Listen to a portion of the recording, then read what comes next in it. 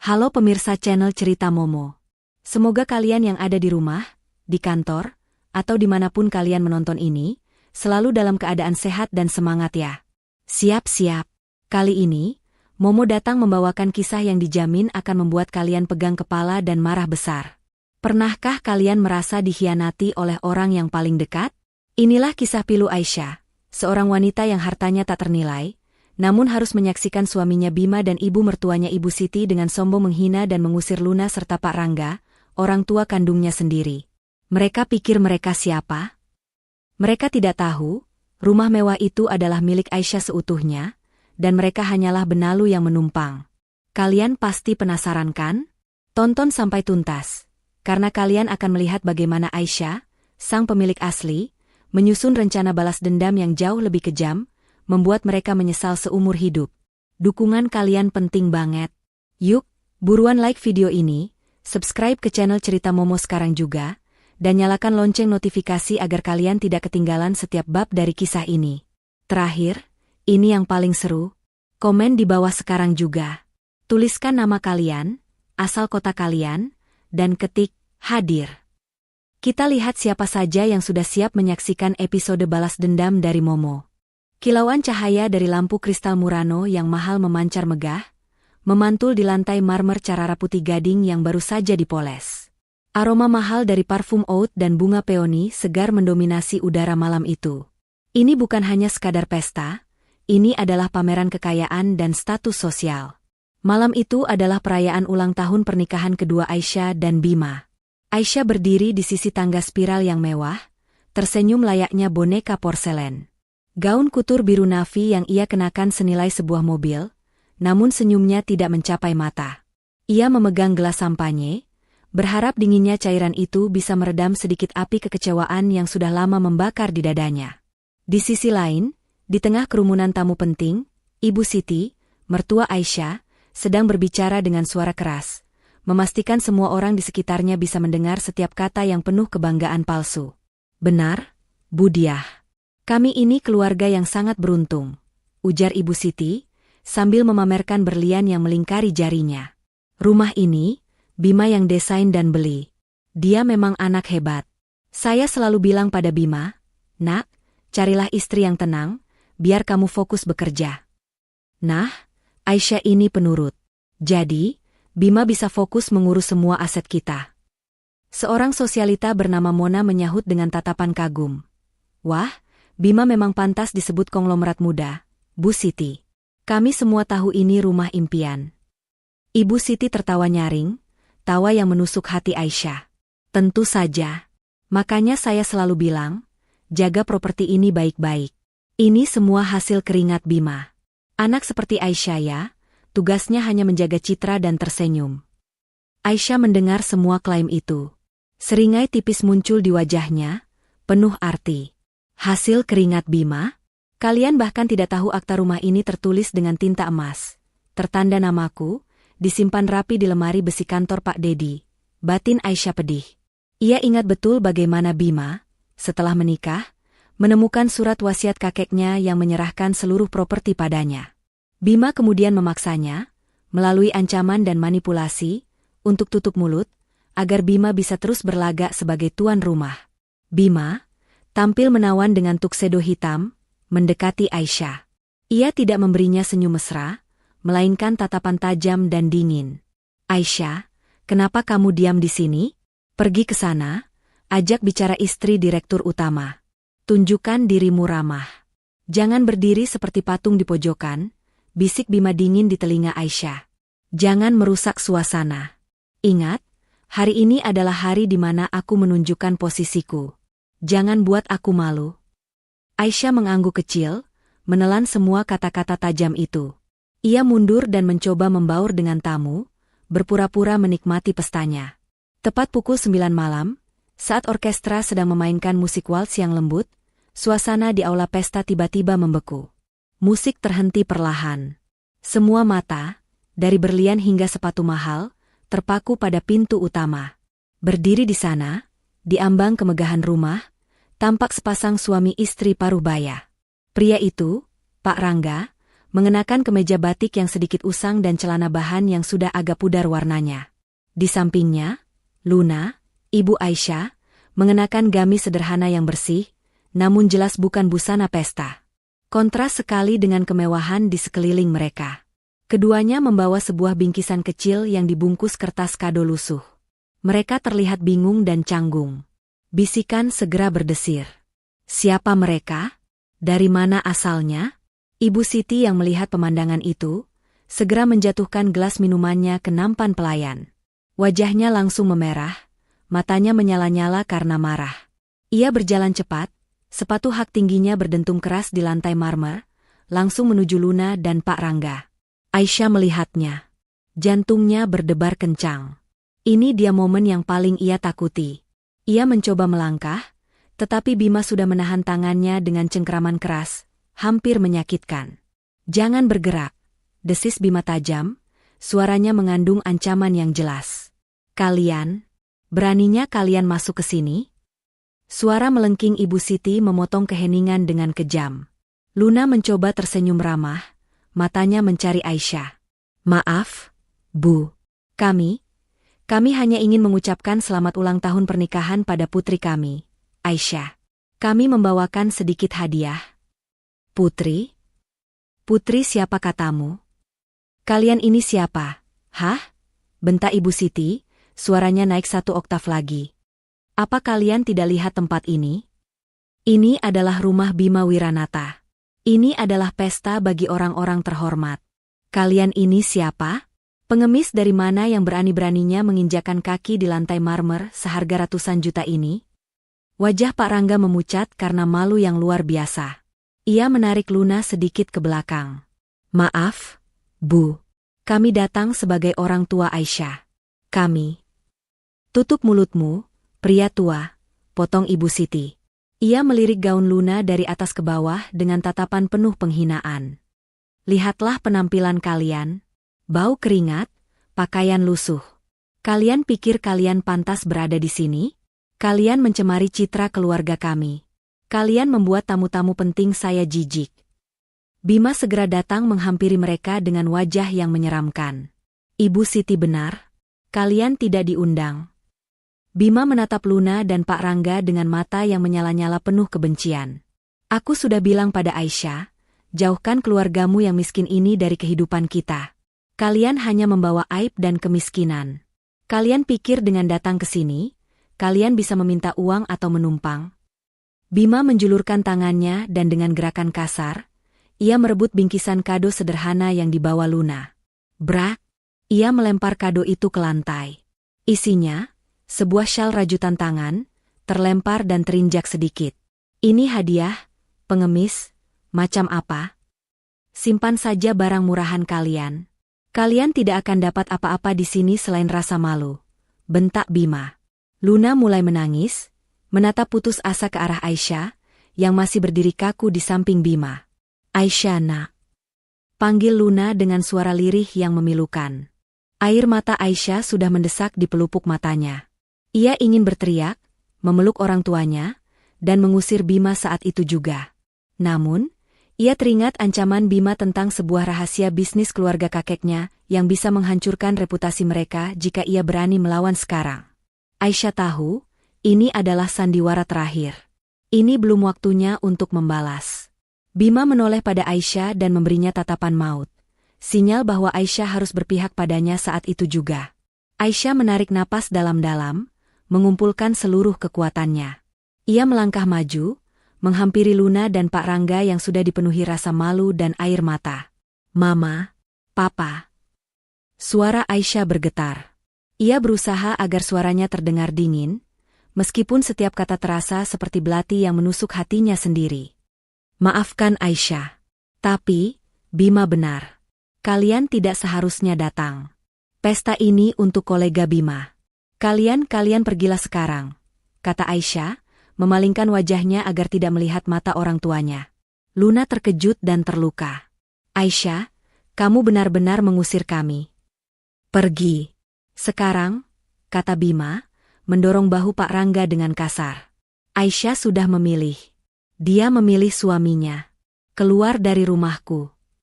Ibu Siti meraih tangan Pak Rangga dan menariknya menuju pintu. Minggir, orang miskin. Jangan kotori rumah kami lagi. Tidak ada lagi yang mau melihat kalian. Di bawah tatapan puluhan tamu yang tercengang, Luna dan Pak Rangga diusir paksa keluar dari gerbang mewah rumah yang ternyata milik putri mereka sendiri. Mereka berjalan pergi di kegelapan malam, membawa bingkisan yang rusak dan hati yang hancur. Aisyah berdiri terpaku, menyaksikan pintu gerbang tertutup. Air matanya menetes diam-diam, bersembunyi di balik senyum palsu yang ia paksakan untuk tamu. Mama, Papa, tunggu sebentar lagi. Aku berjanji, air mata kalian malam ini akan dibalas dengan kehancuran mereka yang jauh lebih parah. Kalian akan segera tahu, siapa yang akan diusir dari sini dengan rasa malu yang sesungguhnya. Janji Aisyah dalam hati, tatapan matanya berubah dari sedih menjadi tekad yang membara. Pintu gerbang mensyahan besi tempat itu tertutup dengan suara dentuman berat yang menggema, seolah menutup rapat kehangatan dan keadilan. Di dalam aula, para tamu bisik-bisik, tetapi perlahan kembali melanjutkan pesta, berusaha melupakan pemandangan memalukan yang baru saja terjadi. Musik orkestra yang tadinya terhenti kini kembali mengalun, berusaha menutupi jejak air mata dan pecahan hati. Bima tersenyum puas. Ia merangkul Aisyah erat-erat, seolah menunjukkan pada semua orang bahwa istrinya benar-benar berada di bawah kendalinya. Lihat, sayang, itu yang namanya tegas. Kita tidak butuh benalu yang hanya mencoreng nama baik kita, bisik Bima bangga. Aku tahu kamu sedikit terkejut, tapi kamu sudah melakukan hal yang benar. Kamu memilih suamimu.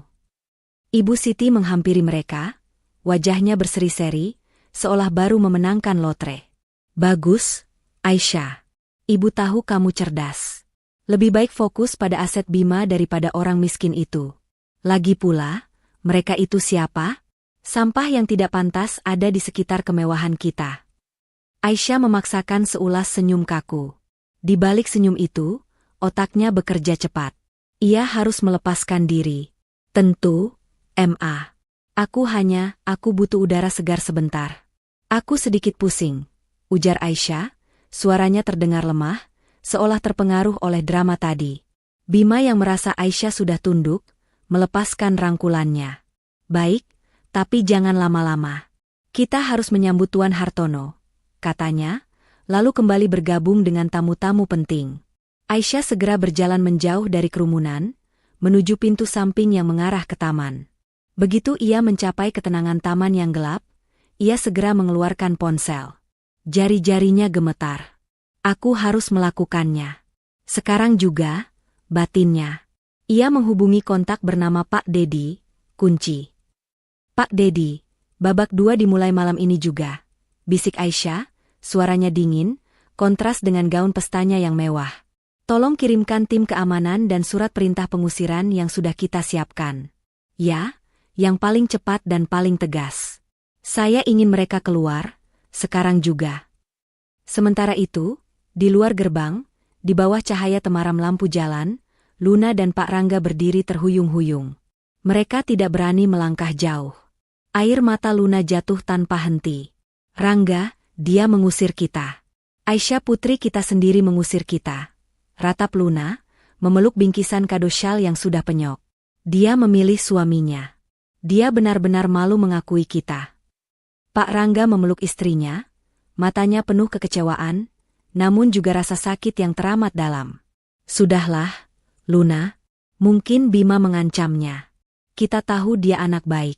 Dia pasti tidak bermaksud. Tiba-tiba, suara deru mobil Mercedes milik Bima terdengar dari dalam. Gerbang otomatis terbuka. Luna dan Pak Rangga panik dan mundur beberapa langkah. Namun, yang keluar bukan mobil, melainkan Bima dan Ibu Siti. Mereka tidak pergi, melainkan sengaja keluar hanya untuk memastikan orang tua Aisyah benar-benar enyah dari pandangan mereka. Bima mengenakan jaket cashmere mahal, berdiri kontras dengan gelapnya malam dan kesederhanaan pakaian Luna serta Pak Rangga. Hei, kenapa kalian masih di sini? Teriak Ibu Siti, suaranya menggelegar di jalanan sepi. Kalian tidak dengar? Kalian mengotori depan rumah kami. Pergi, cepat pergi. Luna memberanikan diri. Ia maju selangkah. Bima, kami hanya ingin bicara sebentar saja dengan Aisyah. Kami hanya ingin memastikan dia baik-baik saja. Bima tertawa, tawa yang sinis dan menjijikkan. Aisyah? Dia baik-baik saja. Dia sedang menikmati pesta di dalam. Dia tidak butuh kalian. Kalian tahu apa yang dia katakan padaku setelah kalian pergi? Dia bilang, terima kasih, sayang. Aku lega mereka pergi. Aku malu punya orang tua sepertimu. Bima berbohong, memuntahkan kata-kata palsu yang ia tahu akan menghancurkan jiwa Luna. Tidak mungkin. Aisyah tidak mungkin berkata begitu. Teriak Luna, air matanya membanjiri pipinya. Oh, ya? Mau bukti? Bima mengeluarkan ponselnya. Aku akan memanggilnya ke sini. Agar dia bisa mengusir kalian dengan kata-katanya sendiri, sekali dan untuk selamanya. Di dalam, Aisyah menerima panggilan Bima. Ia tahu ini adalah bagian dari skenario Bima yang harus ia ikuti, sekaligus kesempatan terakhir bagi Bima untuk mengklaim kemenangan. Ya, Bima, suara Aisyah terdengar dingin. Keluar sekarang. Aisyah, orang tuamu masih merengek di depan gerbang. Katakan pada mereka sekali lagi bahwa kamu memilih aku, asetku, dan hidupmu di sini, bukan mereka yang miskin dan memalukan. Perintah Bima melalui telepon, suaranya penuh paksaan. Aisyah menarik napas panjang. Ia tahu betapa menyakitkan sandiwara ini bagi orang tuanya, tetapi ini adalah kunci agar Bima merasa menang dan lengah. Aisyah melangkah keluar. Di bawah gerbang, pemandangan itu terasa mencekik. Luna dan Pak Rangga tampak rapuh, Bima dan Ibu Siti berdiri tegak dengan arogansi yang membakar. Aisyah, seru Luna, katakan pada Mama, kamu tidak serius mengusir kami. Bima meraih bahu Aisyah dengan posesif. Jawab, Aisyah. Pilih. Aku dan semua kemewahan ini, atau mereka, dan kamu kembali menjadi seperti mereka, miskin dan tidak berguna. Aisyah menatap mata ibunya.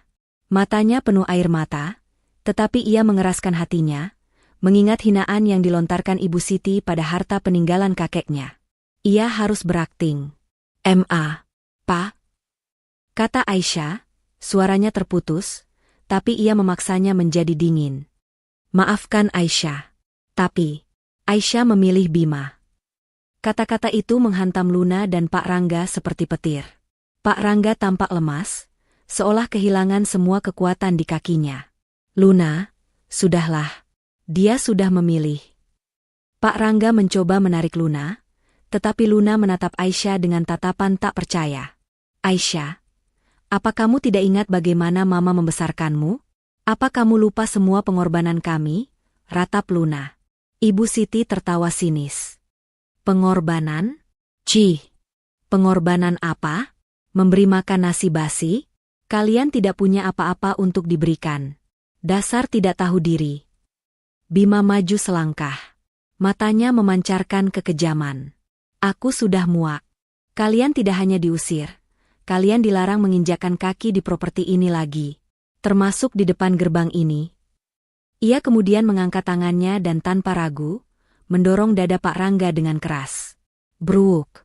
Pak Rangga terhuyung dan jatuh tersungkur ke aspal jalanan. Bingkisan kado syal rajutan itu terlepas dari pelukan Luna dan jatuh di dekat kepala Pak Rangga. Rangga, teriak Luna panik. Ia segera berlutut di samping suaminya. Bima, cukup. Aisyah secara refleks berteriak. Kali ini, amarahnya meluap, suaranya nyaris memecah sandiwaranya. Bima menoleh pada Aisyah, matanya mengancam. Diam, Aisyah, atau kamu yang akan aku campakan. Lihatlah, Aisyah. Ini adalah konsekuensi berani mendekati orang-orang miskin dan tidak tahu malu ini. Ini adalah rumahku, aku berhak mengusir siapapun yang aku mau. Ibu Siti menambahkan minyak ke dalam api. Ia mengambil syal rajutan yang tergeletak di jalanan, lalu melemparnya ke wajah Luna. Ambil barang-barang sampah kalian. Dan jangan pernah kembali. Kalian tidak akan pernah punya kemewahan seperti kami. Luna dan Pak Rangga, dengan sisa-sisa harga diri yang hancur, perlahan bangkit. Mereka tidak lagi menatap Aisyah. Mereka hanya menatap ke depan, pergi menjauh, berjalan di bawah lampu jalanan, bahu mereka bergetar menahan tangis. Aisyah menatap punggung kedua orang tuanya yang perlahan menghilang di tikungan jalan. Air mata yang tadi hanya sandiwara, kini mengalir deras, nyata, membasahi gaun kuturnya. Bima menarik Aisyah kembali ke dalam gerbang, menutup gerbang itu dengan suara klik yang tegas. Selesai. Sekarang, tersenyumlah, sayang. Kembali ke pesta. Kamu sudah membuktikan loyalitasmu padaku, kata Bima, menyeka air mata Aisyah dengan jarinya, tindakannya lebih terasa seperti menyeka noda daripada menghibur. Aisyah menepis tangan Bima. Aku butuh sendiri. Jangan ikuti aku, katanya, suaranya kini dingin, tanpa emosi, dan bukan lagi nada penurut seperti biasanya. Bima sedikit terkejut dengan nada itu, tetapi ia menganggap itu hanya efek dari stres emosional. Baiklah. Tapi jangan lama-lama. Aisyah bergegas naik ke lantai atas, menuju kamar utamanya. Begitu pintu kamar terkunci di belakangnya, sandiwara itu berakhir. Gaun mewah itu terasa seperti penjara. Aisyah merobek kalung berlian yang ia kenakan dan melemparnya ke cermin, menyebabkan retakan kecil muncul di permukaan cermin. Ia ambruk ke lantai, memeluk lututnya. Bukan karena kesedihan, melainkan karena kebencian yang dingin telah mengambil alih dirinya. Cukup. Sandiwara selesai, desis Aisyah. Ia menghapus air matanya dengan gerakan kasar. Matanya kini tidak lagi memancarkan kesedihan, melainkan perhitungan yang tajam dan kejam. Ia kembali mengambil ponsel, kali ini ia menghubungi Pak Dedi lagi. Pak Dedi, saya sudah melihatnya. Pengusiran paksa. Penghinaan yang memalukan. Itu adalah batasnya, kata Aisyah, suaranya sekarang terdengar seperti suara seorang CEO yang mengeluarkan perintah eksekusi. Besok pagi, pukul 8, semua laporan keuangan Bima harus dibekukan. Saya ingin dia bangun dan mendapati dirinya bukan lagi siapa-siapa. Saya ingin dia tahu bahwa yang ia usir tadi adalah pemilik sejati dari semua yang ia injak selama ini. Mulai sekarang, kita tidak lagi bicara tentang peringatan. Kita bicara tentang kehancuran. Di kamar mewah itu, di tengah malam pesta yang masih riuh di bawah, Aisyah berdiri tegak. Ia bukan lagi istri penurut yang malang, melainkan pemilik asli yang siap merebut kembali tahtanya.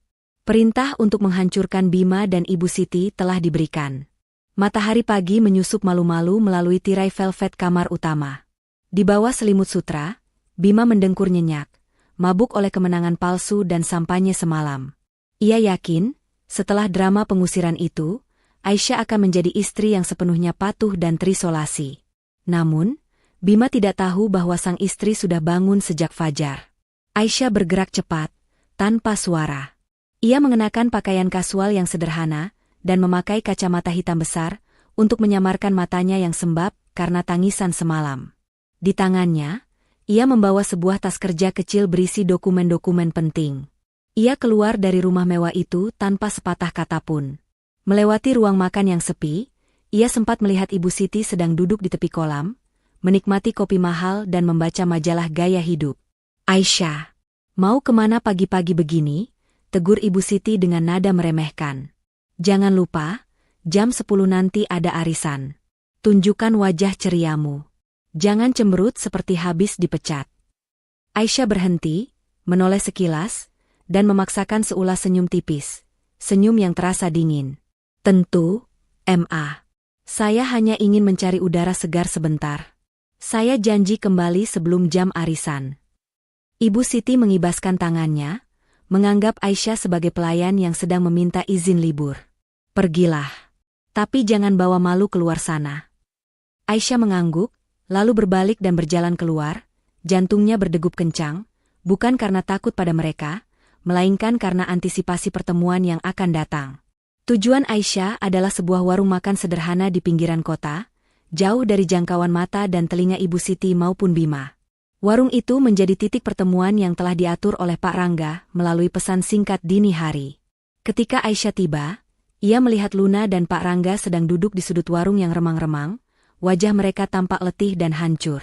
Mereka tidak lagi mengenakan pakaian pesta. Aura kesedihan masih menyelimuti mereka.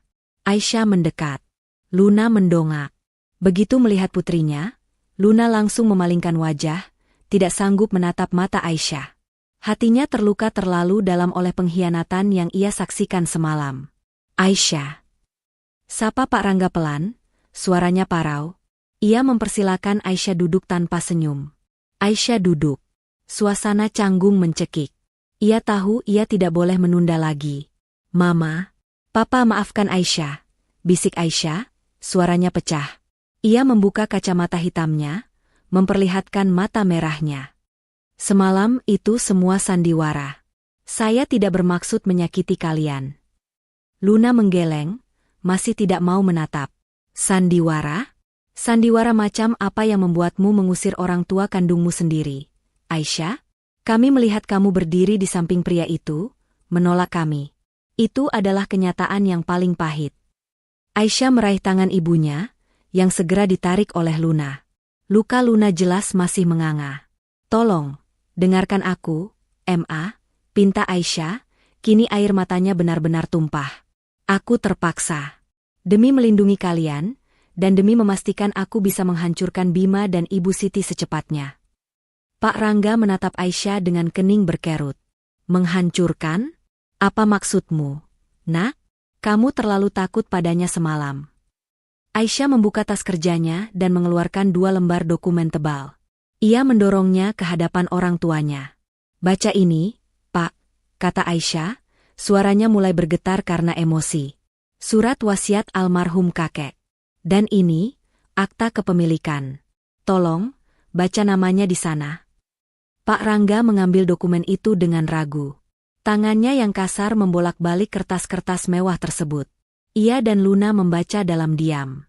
Wajah mereka yang tadinya penuh kesedihan, perlahan berubah menjadi ekspresi keterkejutan yang luar biasa. Ini.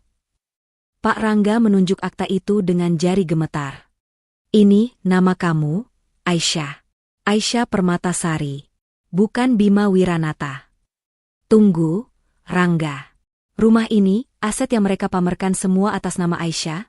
Tanya Luna, wajahnya kini pucat pasi, bukan karena malu, melainkan karena kaget. Ya, Ma. Seluruh properti itu, termasuk mobil mewah dan sebagian besar saham perusahaan Bima yang terlihat bonafit, adalah warisan kakek untukku, kata Aisyah, air matanya menetes di atas meja kayu warung yang sederhana. Mereka tidak hanya menumpang, mereka mencuri dan mengklaim seluruh kekayaanku. Aisyah kemudian menceritakan kebenaran pahit yang selama ini ia tutupi. Ia menjelaskan bahwa setelah mereka menikah, Bima tidak sengaja menemukan surat wasiat itu. Bima bukan hanya marah, tetapi ia menggunakan rahasia gelap keluarga Aisyah sebagai alat tawar. Kalian ingat kasus penggelapan pajak yang hampir menimpa perusahaan kakek 10 tahun lalu? Pak? Kasus itu tidak pernah benar-benar selesai. Bima, entah bagaimana, mendapatkan dokumen asli yang bisa menyeret nama kakek dan menghancurkan seluruh reputasi keluarga kita. Jelas Aisyah. Dia mengancam. Dia bilang, jika aku berani mengungkapkan kepemilikan rumah, dia akan membocorkan rahasia itu ke media dan kejaksaan. Dia akan membuat nama kakek dan seluruh keluarga kita hancur. Dia tahu betapa aku mencintai nama baik kakek. Luna menutup mulutnya dengan tangan, terkejut dan sedih. Ya Tuhan, jadi selama ini kamu hidup dalam ancaman. Ya, Ma. Aku menjadi boneka. Aku harus membiarkan dia dan Ibu Siti berlagak menjadi tuan rumah, karena aku takut Bima benar-benar menghancurkan nama kakek. Itu sebabnya aku harus berakting kejam semalam. Aku harus membuatnya merasa menang, agar dia lengah dan tidak sempat membocorkan rahasia itu. Aisyah meratap. Aku tahu, jika aku melawan secara terbuka tanpa persiapan, dia akan langsung membalas dengan menghancurkan reputasi kita. Aku tidak bisa mengambil risiko itu. Pak Rangga mengambil napas dalam-dalam. Wajahnya yang tadinya sedih, kini dipenuhi dengan amarah yang dingin. Amarah bukan pada Aisyah, melainkan pada menantunya.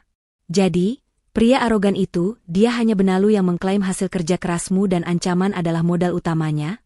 Tanya Pak Rangga, suaranya bergetar. Ia menatap Aisyah dengan tatapan penuh penyesalan. Nak, maafkan Papa. Kami pikir kamu berubah. Kami pikir kamu memilih harta dan Bima.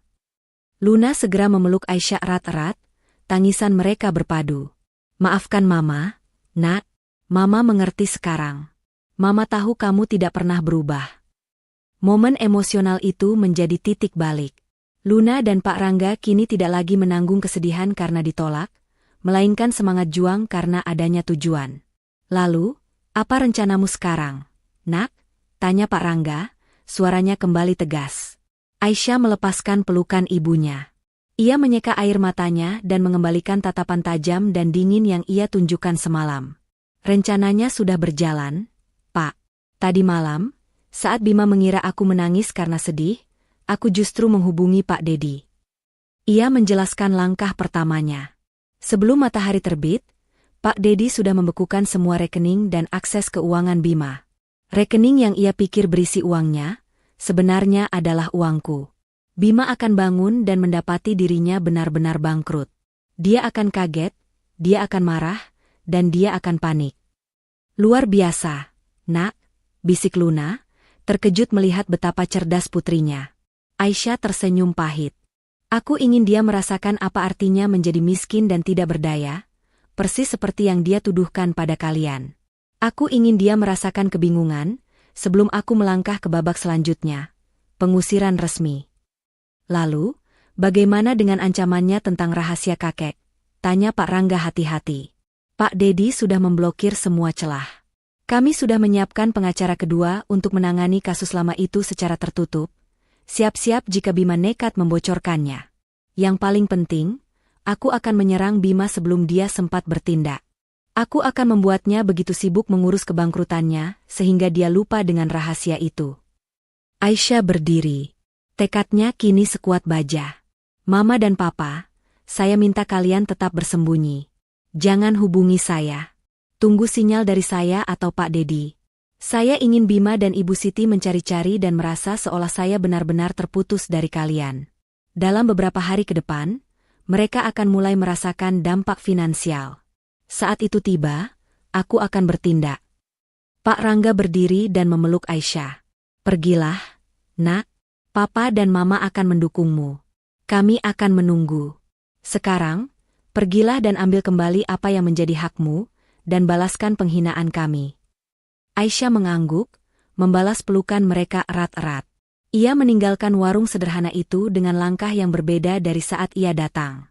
Ia membawa kembali hati yang utuh, dan tekad yang kini menjadi senjata paling mematikan. Pesta pura-pura sudah selesai. Kini, giliran Aisyah yang akan menjadi sutradara dan pengeksekusi drama sesungguhnya. Di sebuah kantor hukum elit di pusat kota, Aisyah duduk berhadapan dengan Pak Dedi, pengacara kepercayaannya.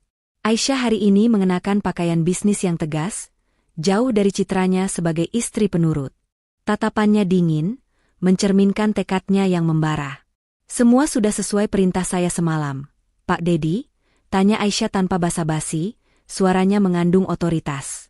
Pak Dedi menutup folder dokumen dengan suara tegas.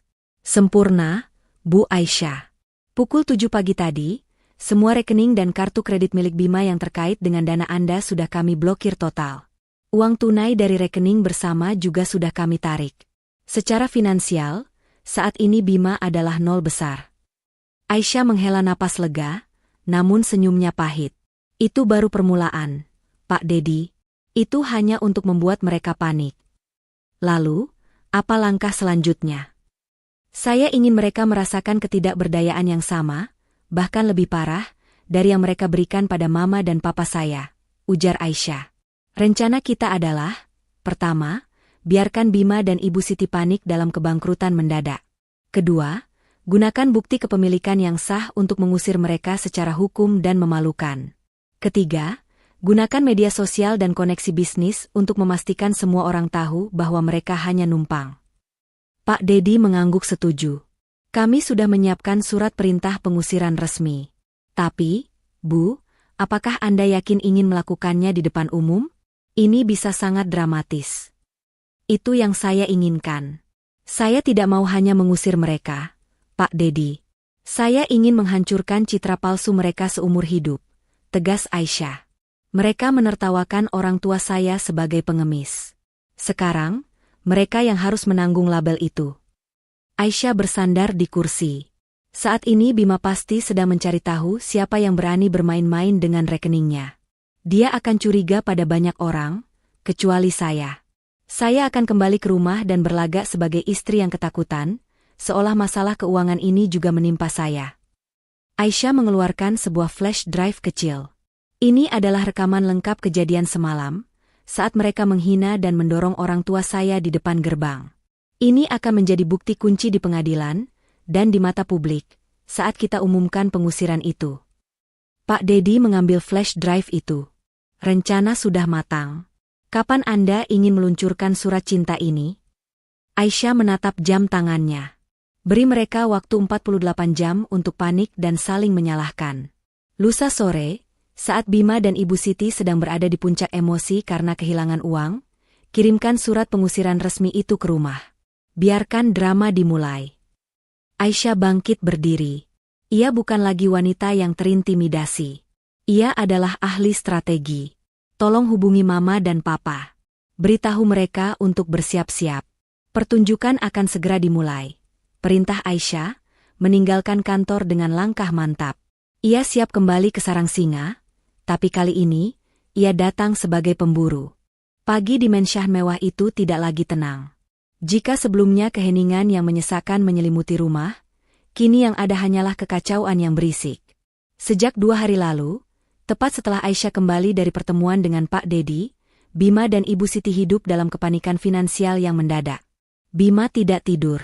Wajahnya pucat, matanya merah, dan aura arogannya kini digantikan oleh ketakutan. Bima mondar-mandir di ruang tamu. Sial, aku sudah menghubungi semua bank. Mereka bilang sistem sedang error. Tidak mungkin semua bank di Jakarta error sekaligus. Ini pasti ulah seseorang. Teriak Bima, mencengkeram kerah kemejanya sendiri. Ibu Siti duduk di sofa, mengipasi dirinya dengan majalah fashion yang kini terasa ironis di tangannya. Bima, aku sudah ke butik langgananmu. Mereka menolak kartu kreditku. Mereka bilang saldonya 0. 0? Aku tidak pernah merasa semalu ini seumur hidupku. Ibu Siti mulai menangis histeris. Bagaimana kita bisa hidup? Uang kas di laci juga hanya tinggal beberapa juta. Hiduplah dengan uang itu. Jangan manja, balas Bima kasar. Ini bukan waktunya merengek. Aku harus mencari tahu siapa yang berani bermain-main dengan rekeningku. Ini pasti konspirasi bisnis. Di tengah kekacauan itu, Aisyah muncul. Ia mengenakan piyama sutra, wajahnya terlihat sedikit ketakutan, memainkan perannya sebagai istri yang polos dan lugu. Bima, ada apa ribut-ribut pagi-pagi? Aku juga panik. Semalam aku mau transfer uang untuk donasi rutin, tapi kenapa rekeningku juga tidak bisa diakses? Apa perusahaanmu bangkrut? Sayang? Tanya Aisyah, nadanya penuh kepura-puraan. Bima menatap istrinya dengan mata menyipit, mencurigai semua orang. Namun, melihat wajah Aisyah yang polos dan faktanya bahwa rekening Aisyah juga ikut terblokir, Aisyah sengaja menyisakan sedikit dana di rekening lain yang ia bekukan. Bima menepis kecurigaannya. Tentu saja tidak bangkrut. Perusahaan kita baik-baik saja. Ini adalah serangan. Seseorang ingin menjatuhkanku. Bima mendengus. Pasti si Herman. Dia iri melihat aku mendapat tender besar itu. Ibu Siti memegang tangan Aisyah, kini mencari kenyamanan dari orang yang baru saja mereka hina. Aisyah, nak, kamu harus bantu Bima. Kamu kan punya banyak teman sosialita. Coba pinjam uang dari mereka dulu. Mama tidak bisa hidup tanpa perawatan mingguan, nak. Aisyah menarik tangannya perlahan. Mereka mencari solusi ke orang yang baru saja mereka paksa mengusir orang tuanya sendiri? Sungguh tidak tahu malu, batin Aisyah. Bima, kalian tahu kan aku tidak punya uang. Semua uangku ada di rekening bersama kita, yang sekarang terblokir, jawab Aisyah, menekan kata, bersama, dengan senyuman. Aku tidak punya simpanan pribadi. Aku hanya seorang istri yang menuruti suaminya. Kan? Jawaban Aisyah yang polos namun menusuk itu membuat Bima dan Ibu Siti terdiam. Bima sadar, ia telah melucuti semua kemampuan finansial istrinya sendiri, sehingga kini Aisyah benar-benar tidak bisa diandalkan. Ini adalah bumerang yang tidak pernah ia perhitungkan. Baiklah. Kalau begitu, aku akan ke kantor. Aku harus bertemu dengan semua manajerku. Mereka pasti tahu sesuatu. Putus Bima, ia berlari terburu-buru, meninggalkan sarapannya yang dingin. Ibu Siti dan Aisyah ditinggalkan berdua. Ruang tamu itu terasa dingin. Ibu Siti tidak lagi bersikap sombong. Rasa panik membuatnya kehilangan semua martabat. Aisyah, kamu harus jujur. Apakah kamu pernah mengganggu dokumen Bima? Tanya Ibu Siti, matanya memohon. Aisyah menatap lurus pada Ibu Siti. Mengganggu dokumen Bima? Untuk apa, Ma? Semua aset adalah milik Bima, kan?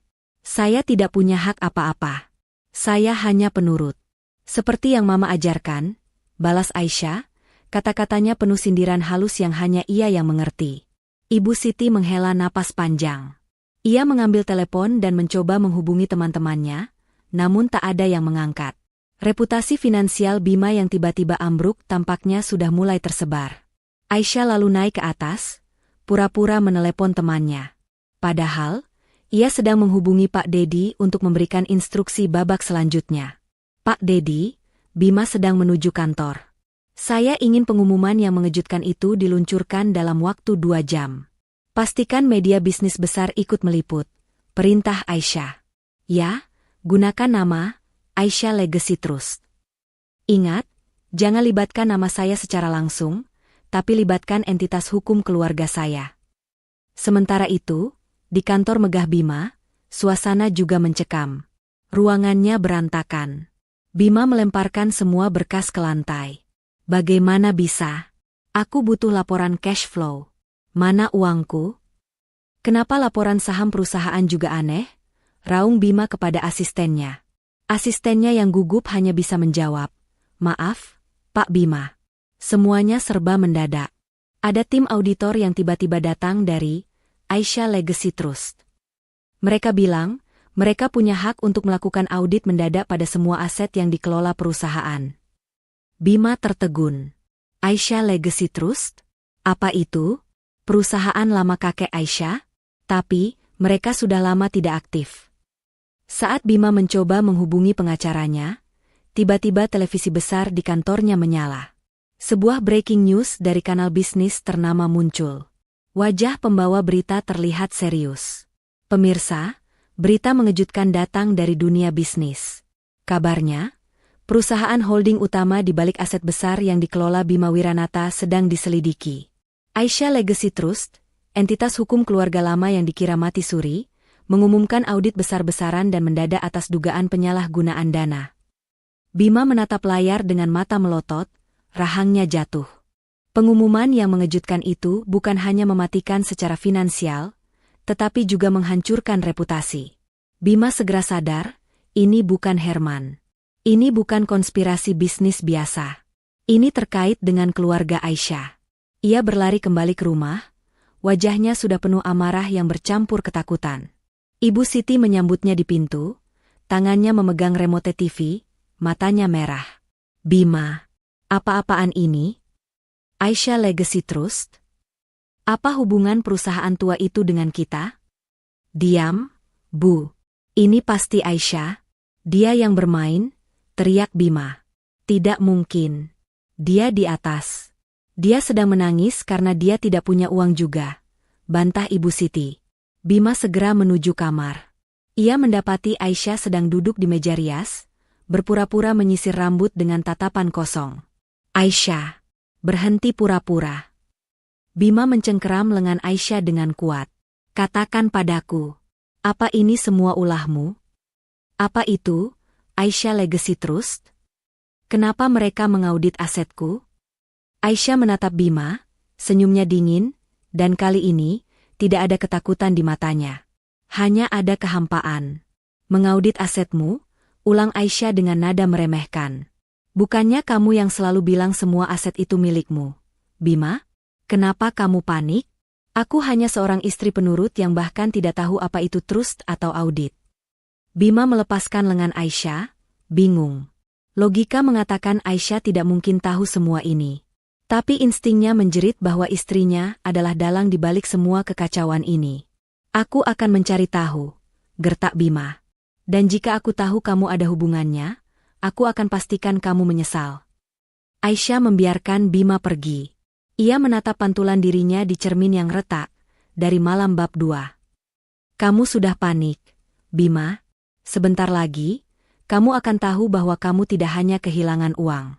Kamu akan kehilangan atap di atas kepalamu. Di luar Menschaffen, media mulai berdatangan, berusaha mengambil gambar.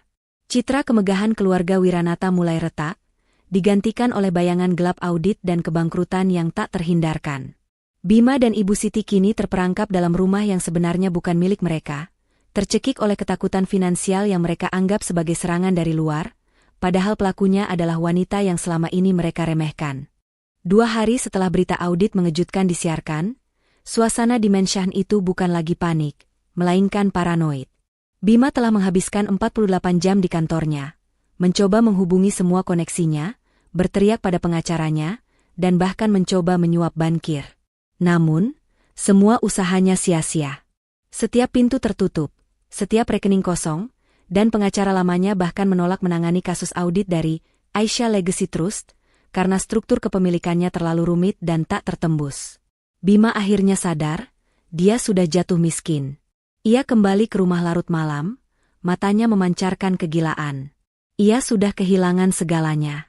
Satu-satunya aset yang ia yakini masih miliknya adalah rumah mewah ini dan sang istri, Aisha, yang ia yakini masih patuh dan bisa dimanipulasi. Ibu Siti menyambutnya di ruang tamu yang gelap. Bima, kau dari mana saja? Stok anggur di lemari pendingin habis. Aku tidak bisa mengisi ulang. Aku tidak bisa membayar pelayan. Kita dalam masalah besar, jerit Ibu Siti, tanpa menyadari betapa ironisnya keluhan itu. Diam, Bu. Aku tahu siapa pelakunya, raung Bima. Ia mencengkeram lengan ibunya. Ini bukan serangan bisnis. Ini serangan pribadi. Ini pasti datang dari keluarga Aisyah. Hanya mereka yang punya alasan membenciku dan punya struktur kepemilikan rumit seperti trust sialan itu. Mereka menoleh, dan melihat Aisyah berdiri di puncak tangga. Ia tidak lagi mengenakan piyama sutra. Ia mengenakan gaun hitam sederhana, tapi matanya bersinar dengan ketenangan yang menakutkan, seperti mata pemburu yang baru saja memasang perangkapnya. Aku sudah menunggu kalian, kata Aisyah, suaranya pelan namun terdengar jelas dan penuh otoritas di tengah keheningan yang mencekam. Bima berlari ke tangga, mendaki 2 anak tangga sekaligus. Aisyah, kau pasti tahu sesuatu. Katakan padaku. Aku suamimu. Siapa yang berani berbuat ini padaku? Aku janji, jika kau jujur, aku akan memaafkanmu karena kau merahasiakannya. Aisyah turun perlahan, langkahnya mantap. Ia berhenti tepat di hadapan Bima. Ia tidak lagi takut atau gemetar. Sandiwara telah berakhir. Kau akan memaafkanku. Aisyah tersenyum, senyum yang mematikan. Setelah kau mengusir orang tuaku dari rumah ini dan menghina mereka sebagai pengemis? Setelah kau memaksaku diam dan hidup dalam ancaman hanya agar kau bisa berlagak menjadi tuan rumah? Maaf, Bima. Kau tidak punya otoritas untuk memaafkanku lagi. Nada suara Aisyah yang dingin dan tegas membuat Bima tertegun. Ia menyadari ada sesuatu yang sangat salah. Aisyah, jangan bercanda. Aku suamimu. Jangan bertindak bodoh karena uangku hilang. Kita bisa mendapatkan uang lagi. Sekarang, katakan padaku di mana letak dokumen yang bisa menghentikan audit itu. Desak Bima, tangannya terangkat, siap untuk mengancam. Aisyah menggerakkan tangannya. Dari balik pilar, muncullah Pak Dedi dan 2 pengawal berseragam rapi. Pak Dedi membawa sebuah koper perak kecil. Kehadiran Pak Dedi, pengacara ternama yang seharusnya mewakili konglomerat, bukan sekadar urusan rumah tangga, membuat Bima dan Ibu Siti terkejut. Pak Dedi, apa maksud semua ini? Tanya Bima, suaranya mulai bergetar antara marah dan takut. Aisyah menatap Bima lurus di mata, tanpa berkedip. Ini adalah sidang keluarga yang sesungguhnya, Bima. Dan aku adalah hakimnya. Kau menanyakan dokumen? Aku akan menunjukkannya padamu. Aisyah memberi isyarat. Pak Dedi membuka koper perak itu. Di dalamnya, terdapat 3 berkas yang tersusun rapi, disorot oleh lampu ruang tamu. Dokumen pertama, kata Aisyah, menunjuk berkas yang paling atas. Surat wasiat kakekku. Tertanggal 5 tahun lalu. Di sana tertulis jelas bahwa properti ini, beserta semua perabot, mobil di garasi, dan 70% saham di perusahaan holding yang menguasai asetmu, diwariskan seluruhnya kepadaku. Hanya aku. Bukan suamiku. Bukan anak suamiku. Tapi Aisyah Permatasari. Ibu Siti tertawa sumbang. Wasiat palsu. Kami tidak pernah melihatnya. Tentu saja tidak. Kau tidak pernah mencarinya karena kau terlalu sibuk menghitung uang yang kau kira milikmu. Balas Aisyah dingin. Bima maju selangkah. Itu tidak sah. Aku bisa membatalkannya di pengadilan. Aisyah tersenyum. Kau ingin mencoba? Silakan lihat dokumen kedua. Aisyah mengambil berkas kedua. Ini adalah akta kepemilikan tanah dan bangunan. Ini adalah akta rumah, Bima. Dibeli 5 tahun lalu, atas nama kakekku, dan dipindah tangankan padaku 2 tahun lalu, sebelum kita menikah. Di sini tertulis dengan tinta emas. Pemilik sahnya adalah Aisyah Permatasari. Kau tidak punya satupun lembar saham di properti ini. Kau tidak punya hak apa-apa, Bima. Kau dan ibumu, selama ini, hanyalah tamu tak diundang yang aku izinkan menginap. Bima ambruk di anak tangga, seolah semua kekuatan di kakinya lenyap. Wajahnya memucat, matanya liar. Kau bohong. Aku yang membayar cicilannya. Cicilan apa? Balas Aisyah sinis. Cicilan bunga kartu kredit yang kau pakai untuk membeli perhiasan ibumu? Semua pengeluaran bulanan yang kau banggakan dibayar oleh rekening bank yang dananya berasal dari trust kakekku, yang sekarang sudah aku bekukan. Kau tidak membayar apa-apa, Bima. Kau hanya menghabiskan uangku. Ibu Siti berlutut di samping Bima, putus asa. Tidak mungkin. Ini pasti rekayasa. Kami akan menuntutmu. Tuntut? Aisyah mengangkat berkas ketiga. Ini adalah dokumen yang paling mematikan. Dokumen ketiga ini adalah surat pengalihan saham. Saat kakekku meninggal, kau tidak menyadari bahwa perusahaan Wiranata Group yang kau banggakan itu sebenarnya sudah menjadi anak perusahaan dari holding besar milik kakekku. Aku sudah menjadi pemilik mayoritas di perusahaanmu selama 1 tahun, Bima. Aisyah menunjuk ke arah Pak Dedi. Pak Dedi adalah pengacara yang ditunjuk oleh trust untuk melakukan audit. Audit yang membuatmu bangkrut itu adalah audit yang aku perintahkan terhadap diriku sendiri, untuk membersihkan aset dari tangan parasit sepertimu. Pengakuan itu menghantam Bima seperti palu godam. Rasa malu dan pengkhianatan memenuhi matanya. Ia menyadari betapa bodoh dan sombongnya dia selama ini, memamerkan kekayaan milik istrinya. Kau sudah merencanakannya sejak lama? Kau melihatku menghina orang tuamu. Kau membiarkanku mengusir mereka. Kau menertawakanku. Raung Bima, bangkit berdiri dan mencoba meraih Aisyah. 2 pengawal itu segera menghalangi Bima. Aisyah menatapnya dengan tatapan jijik. Aku tidak menertawakanmu, Bima. Aku memberimu pelajaran.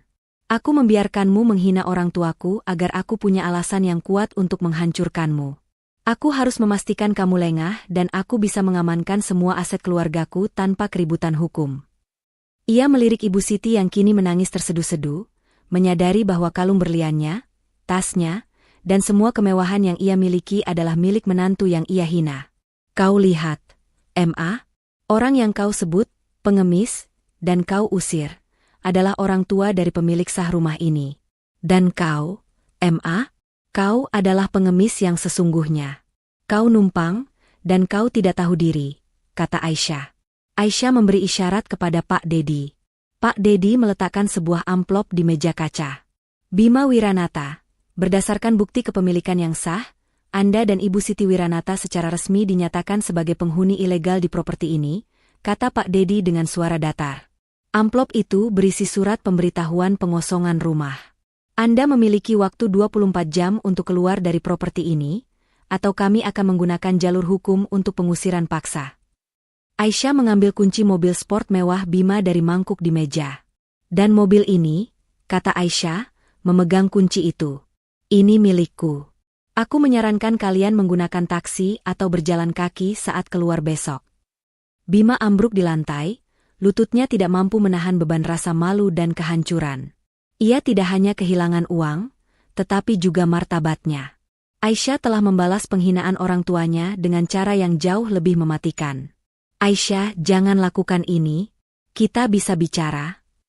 Bisik Bima, kini memohon. Aisyah memalingkan wajahnya, air mata yang ia tahan selama ini karena amarah, kini mengering dan digantikan oleh tekad. Besok, Bima, kau akan tahu bagaimana rasanya diusir dari rumah sendiri di depan semua orang. Waktu terus berdetak. 24 jam, ultimatum yang terasa seperti hukuman mati bagi Bima dan Ibu Siti. Di pagi hari, mereka berdua terlihat seperti mayat hidup. Mereka berkumpul di dapur, tempat yang biasanya penuh dengan aroma makanan mewah, kini kosong karena mereka tidak bisa membayar pelayan atau membeli bahan makanan. Ini tidak bisa dibiarkan. Ini gila, teriak Bima, menggebrak meja marmer. Aisyah pasti gila. Dia berpura-pura. Tidak mungkin semua ini miliknya. Ibu Siti mencoba menghubungi semua pengacara yang ia kenal, tetapi tidak ada yang mau mengambil kasus melawan Aisyah Legacy Trust yang didukung oleh Pak Dedi. Semua takut, Bima. Tidak ada yang mau membantu kita. Reputasi kita sudah hancur sejak berita audit itu, ratapnya. Tiba-tiba, Bima mendapatkan ide terakhir, ide yang putus asa namun manipulatif. Keluarga besar. Kita harus melibatkan keluarga besar Wiranata, kata Bima, matanya menyala licik. Aisyah mungkin punya dokumen, tapi dia tidak punya martabat sosial. Aku akan memanggil semua paman dan bibi. Aku akan bilang Aisyah mengalami gangguan mental setelah kehilangan orang tuanya, Luna dan Rangga, dan dia mencoba mencuri rumah warisanku. Keluarga pasti membelaku. Maka, sidang keluarga, dadakan pun diatur. Bima menghubungi kerabat-kerabatnya, menceritakan kisah yang diputar-balikan. Dalam waktu beberapa jam, ruang tamu mewah yang sebentar lagi akan menjadi milik Aisyah seutuhnya itu, dipenuhi oleh puluhan anggota keluarga besar Wiranata, yang didominasi oleh paman dan bibi Bima yang berkuasa. Bima berdiri di tengah ruangan, wajahnya tampak menyedihkan. Ia mulai berakting. Paman, bibi, saya mohon bantuan kalian. Isak Bima, air mata buaya mengalir di pipinya. Aisyah istri saya, dia sudah tidak waras. Setelah orang tuanya pergi, dia mulai berhalusinasi. Dia bilang dia adalah pemilik rumah ini, padahal kalian tahu, ini adalah hasil jerih payah saya. Bibi Karina, sosok paling berpengaruh di keluarga itu, menatap Bima dengan penuh iba. Ya Tuhan, Bima, kenapa bisa begini? Menantu macam apa dia itu? Dia mencoba mengambil semuanya. Bibi, dia menyewa pengacara untuk mengusir saya dan Ibu Siti, padahal kami sudah tidak punya uang karena audit sialan itu. Lanjut Bima, menunjuk ke arah sofa di mana Ibu Siti duduk dengan wajah tertunduk, berlagak sebagai korban yang tak berdaya. Keluarga mulai berbisik-bisik, semua simpati tertuju pada Bima. Pintu terbuka. Aisyah melangkah masuk, didampingi oleh Pak Dedi dan dua pengawal. Penampilan Aisyah sangat tenang dan elegan, kontras dengan citra, wanita gila, yang coba dibangun Bima. Aisyah, bentak Bima, berpura-pura marah. Beraninya kamu membawa pengacara ke sidang keluarga. Kamu mau menghina keluarga kita? Aisyah tersenyum. Saya tidak menghina, Bima. Saya hanya membawa bukti. Kalian semua datang ke sini untuk mencari kebenaran, bukan? Izinkan saya menunjukkan kebenaran yang tidak sempat kalian lihat. Bibi Karina, yang memihak Bima, angkat bicara. Aisyah, kami tahu kamu sedang sedih. Tapi ini rumah Bima. Kamu tidak punya hak untuk mengusir suamimu sendiri. Kami minta kamu batalkan surat pengusiran itu, atau kamu harus pergi hari ini juga. Aisyah menatap Bibi Karina. Saya mengerti, Bibi. Kalian semua berada di pihak Bima karena kalian mendengar ceritanya saja. Tapi izinkan saya bertanya. Kalian semua tahu Bima dan Ibu Siti menganggap saya, dan terutama orang tua saya, sebagai aib, kan? Itu urusan rumah tangga, sela Bima. Ini bukan urusan rumah tangga, Bima. Ini urusan martabat dan kepemilikan, balas Aisyah tajam. Aisyah memberi isyarat pada Pak Dedi. Pak Dedi menyalakan proyektor tersembunyi. Ruangan itu menjadi gelap, dan semua mata tertuju pada layar yang kini menampilkan rekaman video. Video itu adalah rekaman CCTV malam ulang tahun pernikahan, bab 2, di mana Bima dan Ibu Siti terlihat jelas mengejek Luna dan Pak Rangga. Menyebut mereka pengemis yang mencemari rumah mereka. Bima mendorong Pak Rangga hingga tersungkur di aspal. Ibu Siti melempar syal rajutan ke wajah Luna. Rekaman berdurasi 2 menit itu terasa seperti selamanya. Keheningan total menyelimuti ruangan. Tidak ada bisikan, hanya tarikan napas kaget. Wajah anggota keluarga Wiranata berubah dari simpati menjadi keterkejutan, rasa malu, dan jijik yang luar biasa. Bima, apa-apaan ini? Kamu mendorong orang tua istrimu sendiri? Teriak Paman Hartono, yang biasanya tenang, kini marah besar. Ini adalah kebohongan. Video ini diedit. Teriak Bima, mencoba meraih proyektor. Aisyah menghentikannya. Video ini asli, Paman. Dan ini adalah bukti mengapa saya harus bertindak kejam. Aisyah mengambil alih ruangan. Bima bilang rumah ini miliknya. Dia bilang saya gila. Sekarang saya tunjukkan dokumennya. Pak Dedi segera menyebarkan salinan akta kepemilikan dan wasiat kakek Aisyah yang menunjukkan bahwa Aisyah adalah pemilik tunggal rumah dan perusahaan Bima. Selama 2 tahun, saya hidup dalam ancaman dan sandiwara, membiarkan mereka menikmati kekayaan saya dan menghina orang tua saya.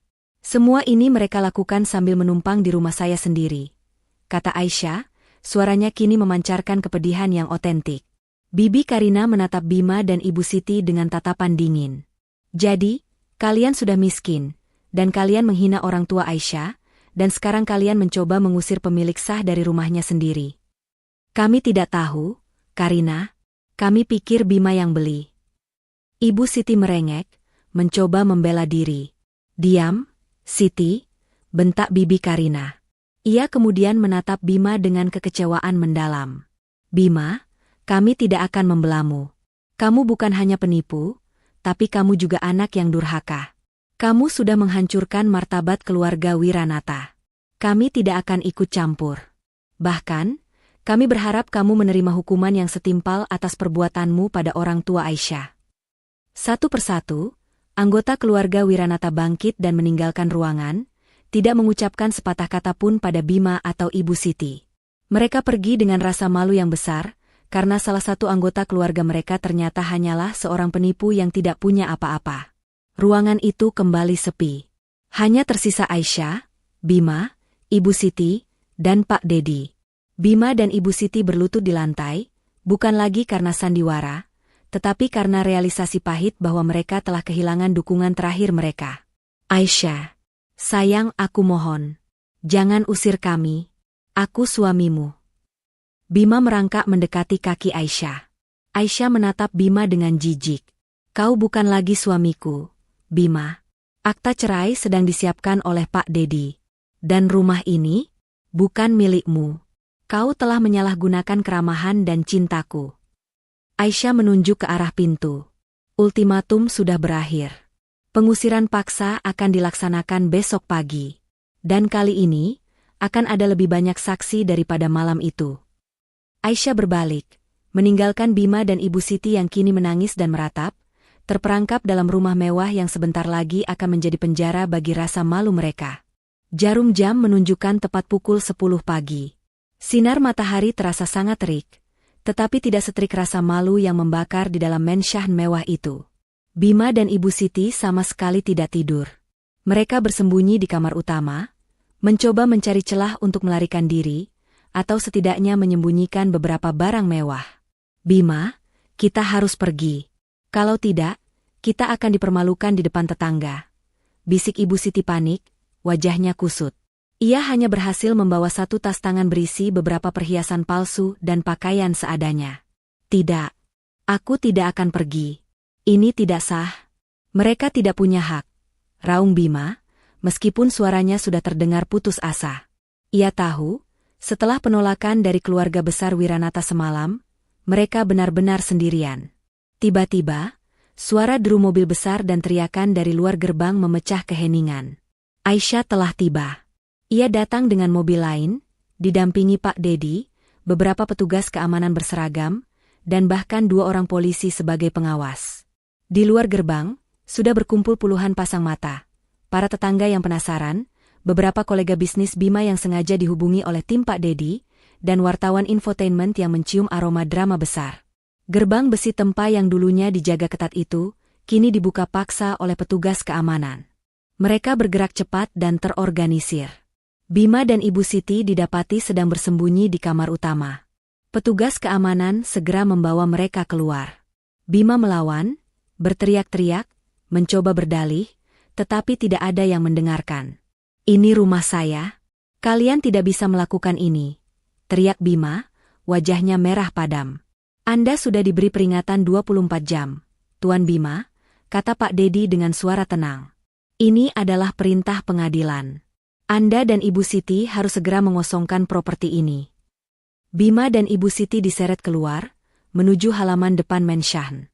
Pemandangan mereka yang diusir paksa, dengan Ibu Siti meronta-ronta sambil memegang tas lusuh, adalah tontonan yang memalukan. Saat Bima dan Ibu Siti didorong hingga ke teras, Aisyah melangkah maju, berdiri tegak di tengah tangga mewah. Ia mengenakan setelan jas bisnis berwarna krem, memancarkan aura kekuasaan. "Berhenti," kata Aisyah. Suaranya tidak keras, tetapi penuh otoritas, membungkam semua keributan. Ia menatap Bima dan Ibu Siti, yang kini terperangkap dalam lingkaran rasa malu dan kehancuran. "Kalian tahu, 2 hari yang lalu, kalian mengusir orang tua saya dari gerbang ini. Kalian menghina mereka sebagai pengemis yang tidak tahu diri," ujar Aisyah, suaranya menusuk. Bima menatapnya memohon. "Aisyah, aku mohon." Aisyah mengangkat tangannya, menghentikan permohonan Bima. "Aku membiarkan kalian pergi. Tapi kalian tidak mau mengerti. Kalian berpikir kalian berhak atas kemewahan ini. Sekarang, aku akan memberi kalian pelajaran terakhir." Ia menoleh ke arah kerumunan tetangga dan wartawan.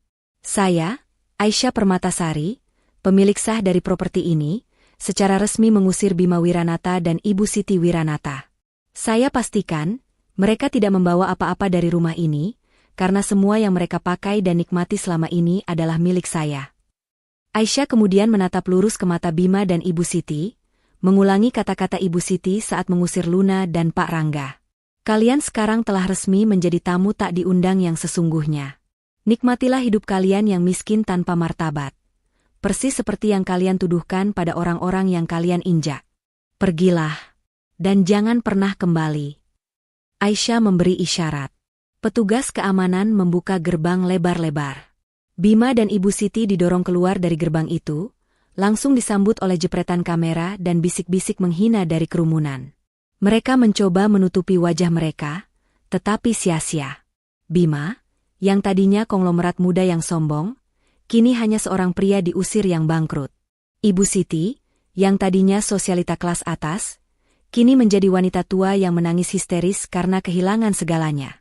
Mereka akhirnya ditinggalkan sendirian di pinggir jalan, tanpa uang, tanpa mobil, dan tanpa kehormatan. Penghinaan itu jauh lebih kejam daripada sekadar pengusiran, karena itu melibatkan hilangnya harga diri mereka di mata seluruh lingkungan sosial mereka. Aisyah berdiri di tengah halaman rumahnya yang kini sepi, menatap kosong ke jalanan. Misi pembalasan sudah selesai. Ia telah memenangkan pertempuran, tetapi hatinya masih merasakan kekosongan. Kini, saatnya membersihkan sisa-sisa kehancuran dan membangun awal yang baru, tekad Aisyah dalam hati. Hari-hari berlalu menjadi minggu. Kemegahan Menshan itu kini terasa seperti mimpi buruk yang sangat jauh bagi Bima dan Ibu Siti. Setelah diusir secara memalukan, mereka terpaksa hidup berpindah-pindah, menumpang di rumah kerabat yang simpati mereka miliki pun sudah habis setelah sidang keluarga yang memalukan itu. Akhirnya, mereka menyewa sebuah kontrakan kecil di pinggiran kota, jauh dari kehidupan glamor yang mereka kenal. Ibu Siti, yang selama hidupnya tidak pernah mengangkat sapu, kini harus memasak dan mencuci sendiri. Ia sering duduk termenung di sudut kontrakan, menangisi nasibnya. "Bima, kita makan apa hari ini? Uang kas kita tinggal sedikit sekali. Aku rindu makanan hotel, aku rindu pelayan." Ratap Ibu Siti, air matanya tak lagi murni kesedihan, melainkan penyesalan atas kehilangan kemewahan. Bima tidak lebih baik. Mantan konglomerat muda itu kini harus mencari pekerjaan serabutan. Reputasinya telah hancur total. Berita pengusiran dan fakta bahwa ia hanyalah penumpang telah menyebar luas di kalangan bisnis. Setiap kali ia melamar pekerjaan, ia ditolak. Mereka takut berurusan dengan pria yang terbukti penipu dan arogan. Diam, Bu. Aku sedang mencari cara, bentak Bima. Ia menatap keluar jendela, melihat kehidupan yang biasa saja, dan rasa penyesalan itu perlahan merayap masuk. Seandainya aku tidak serakah. Seandainya aku tidak menghina orang tua Aisyah. Rasa penyesalan Bima bukan datang dari lubuk hati yang tulus, melainkan dari penderitaan akibat kehilangan harta. Ia mulai merencanakan langkah terakhir. Memohon ampun pada Aisyah, yakin bahwa Aisyah, sebagai wanita, pasti akan luluh. Bima berhasil mendapatkan nomor ponsel Aisyah melalui seorang kenalan lama. Ia menelepon, dan ajaibnya, Aisyah mengangkatnya. Halo, suara Aisyah datar, dingin, dan penuh kehati-hatian. Aisyah, sayang, ini aku, Bima. Suara Bima terdengar memelas, jauh dari suara arogannya dulu. Aku mohon, Aisyah, maafkan aku. Aku tahu aku salah. Aku tidak seharusnya menghina orang tuamu. Aku mohon, beri aku kesempatan kedua. Kami sudah menderita, Aisyah. Kami sudah miskin. Aisyah terdiam sejenak. Ia sudah memprediksi momen ini. Kau menyesal? Tanya Aisyah, nadanya menusuk. Kau menyesal karena kau kehilangan uang, Bima. Bukan karena kau telah menghancurkan hati orang tuaku. Bima mencoba lagi. Tidak, Aisyah. Aku menyesal atas segalanya. Aku sudah mencari pekerjaan, tapi tidak ada yang mau menerimaku. Ibu Siti sakit-sakitan. Kami benar-benar tidak punya apa-apa. Tolonglah, Aisyah, kembalikan aku ke rumah. Aisyah tertawa, tawa yang kering. Rumah? Itu adalah masa lalu, Bima. Aku sudah menjual rumah itu. Dan kamu tahu, uang hasil penjualannya akan aku gunakan untuk membangun rumah baru yang jauh lebih indah dan nyaman untuk Mama dan Papa. Kata-kata Aisyah menghantam Bima. Ia tidak hanya kehilangan rumah, tetapi rumah itu kini menjadi alat untuk membahagiakan orang yang dulu ia hina. Dan untuk permintaan maafmu, Bima, penyesalanmu terlambat, lanjut Aisyah. Kamu harus menghadapi konsekuensi dari perbuatanmu. Aku bukan lagi istri bodoh yang bisa kamu ancam atau manipulasi. Hidupmu adalah cerminan dari hati kotormu. Jangan hubungi aku lagi. Aisyah menutup telepon. Bima terhuyung, menjatuhkan ponselnya ke lantai kontrakan yang kotor. Penyesalan itu kini menjadi siksaan yang abadi. Ia menyadari bahwa Aisyah telah menutup pintu maafnya rapat-rapat, dan ia harus menjalani sisa hidupnya sebagai pecundang yang dibenci. Sementara itu, Ibu Siti yang mendengar pembicaraan itu, hanya bisa menangis meraung-raung. Mereka harus menerima bahwa kemewahan dan martabat mereka telah lenyap, dan mereka akan menghabiskan sisa hidup mereka dalam kemiskinan dan penyesalan yang tak berujung. Setahun telah berlalu. Mensyah megah yang menjadi saksi bisu pengkhianatan dan penghinaan telah lama terjual. Uang hasil penjualannya tidak hanya menjadi modal bisnis baru bagi Aisyah, tetapi juga dana untuk mewujudkan impian yang sesungguhnya. Kini, Aisyah berdiri di teras rumah barunya. Rumah ini bukan sekadar mewah. Rumah ini terasa hangat dan penuh cinta. Desainnya elegan, tetapi yang paling penting, rumah ini dibangun di atas fondasi rasa saling menghargai. Di ruang keluarga, Luna dan Pak Rangga sedang tertawa bahagia. Mereka tidak lagi cemas atau dipenuhi kesedihan. Mereka menikmati setiap detik kebersamaan dengan putri mereka, Aisyah, di rumah yang sepenuhnya milik mereka. Mereka akhirnya merasakan ketenangan dan kehormatan yang telah lama dicuri. Mama, Papa, bagaimana desain taman rooftop yang baru? Apa sudah sesuai dengan keinginan Mama? Tanya Aisyah, suaranya kini penuh kebahagiaan yang tulus, bukan lagi sandiwara. Sempurna, Nak. Semuanya sempurna, jawab Luna, matanya berkaca-kaca, tetapi bukan karena sedih, melainkan karena rasa syukur yang melimpah. Terima kasih, Aisyah. Kamu telah mengembalikan martabat kami. Mama dan Papa tidak perlu berterima kasih. Kalian pantas mendapatkan ini, balas Aisyah. Ia ingat betul bagaimana perjuangannya. Perceraian dengan Bima berjalan lancar berkat dokumen kuat dari Pak Dedi, fokus totalnya pada pengembangan bisnis properti, dan tekadnya untuk membuat orang tuanya bahagia. Aisyah telah bertransformasi sepenuhnya. Ia kini adalah pengusaha sukses di bidang real estate dan yayasan sosial yang didirikannya, Sebuah ironi manis. Karena kini ia membantu orang-orang yang benar-benar membutuhkan, tidak seperti Bima dan Ibu Siti yang pura-pura miskin. Komunitas bisnis menghormatinya bukan karena kekayaan suaminya, melainkan karena kecerdasan dan integritasnya. Sementara itu, nasib Bima dan Ibu Siti menjadi cerita peringatan di seluruh lingkungan sosial mereka. Setelah kegagalan total dari semua upaya mereka untuk kembali, mereka terpaksa pindah ke kota lain. Mereka harus bekerja keras di bidang yang tidak mereka sukai, berjuang setiap hari untuk makan. Penyesalan mereka benar-benar terlambat, tidak ada lagi kesempatan. Mereka hidup dalam kemiskinan dan dihantui rasa malu abadi, persis seperti yang dulu mereka tuduhkan pada orang lain. Aisyah mencapai kebahagiaan yang sejati. Ia dan orang tua kandungnya kini tinggal bersama di rumah barunya yang megah, menjalani hidup yang harmonis, penuh cinta, dan saling menghargai. Aisyah menjadi pengusaha sukses dan dermawan yang dihormati, membuktikan bahwa ia bisa bangkit lebih tinggi setelah dijatuhkan. Ia tidak hanya mendapatkan kembali hartanya, tetapi yang lebih penting, ia mendapatkan kembali harga diri dan keutuhan keluarganya. Pesan moral. Kisah Aisyah mengajarkan kita bahwa kekayaan sejati bukanlah tentang harta yang kita miliki, melainkan tentang martabat dan integritas yang kita pegang. Jangan pernah takut berdiri tegak melawan orang yang merendahkanmu, terutama jika kamu berada di pihak yang benar. Balas dendam terbaik bukanlah dengan kebencian, melainkan dengan kesuksesan dan kebahagiaan yang tak bisa mereka renggut.